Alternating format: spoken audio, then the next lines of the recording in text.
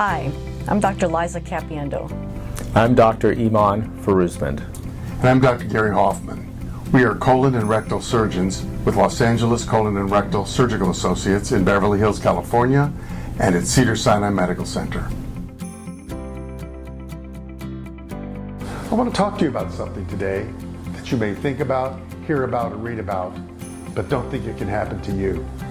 And that's anal cancer. Anal cancer can strike anybody, and it does strike 5,000 people per year. It doesn't matter who you are, what your orientation is, how tall you are, how fat you are, how well you eat, or what you don't eat. It can strike everybody. And we want to know how to diagnose it once we think there's a suspicion. And I've talked about the diagnosis of anal cancer. A finger exam, a digital exam where the surgeon or your doctor puts a finger in your rectum and can feel it, a colonoscopy, or other things. It's diagnosable.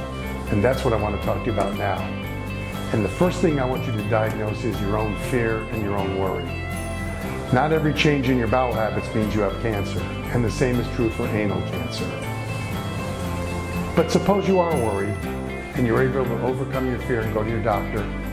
What can we do? I'll put a finger in your rectum. It doesn't hurt, it feels a little bit funny, but it's over very quickly. And I should be able to know because the anal canal is very short, shorter than the length of my finger, whether you've got anything up there to worry about. I can put a colonoscope in, and with you sedated, I can put in a lighted tube with a camera. That's a colonoscope, and I can see what's there. I can take pictures, I can do biopsies, and I can determine whether you have anal cancer or not. There are other tests that we use for colon and rectal cancer, but they're not quite as good. There's a barium enema, which is an x-ray where a radiologist puts barium in your rectum.